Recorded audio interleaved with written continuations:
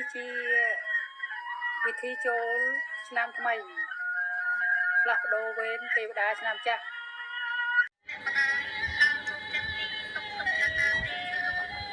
នេះជាវិធីចូលឆ្នាំថ្មីផ្លាស់ប្ដូរវេនទេវតាឆ្នាំចាស់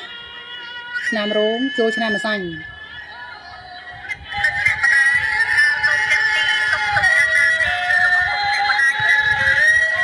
ឆ្នាំម្សាញ់ចូល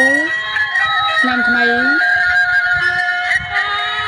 នៅថ្ងៃច័ន្ទ2រោចខែចែក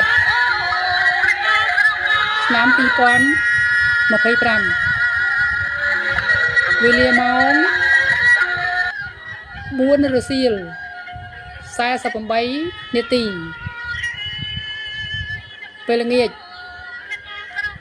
ត្រូវនឹងពុទ្ធសករាជ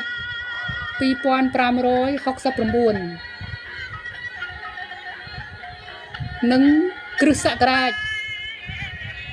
2525ពុទ្ធបរិស័ទមនុស្សលោកទាំងអស់ស្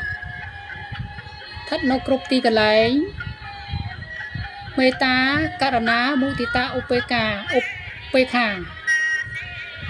ដោយចិត្តខន្តីគ្រប់គ្នាទាំងអស់ដើម្បីទទួលយកនៅអ្វីដែលល្អសម្រាប់ជីវិតរស់នៅរបស់ខ្លួនប្រចាំថ្ងៃនិងប្រចាំឆ្នាំសូមសិរីសួស្តីគ្រប់ប្រការកើតមានដល់មនុស្សលោកគ្រប់គ្នា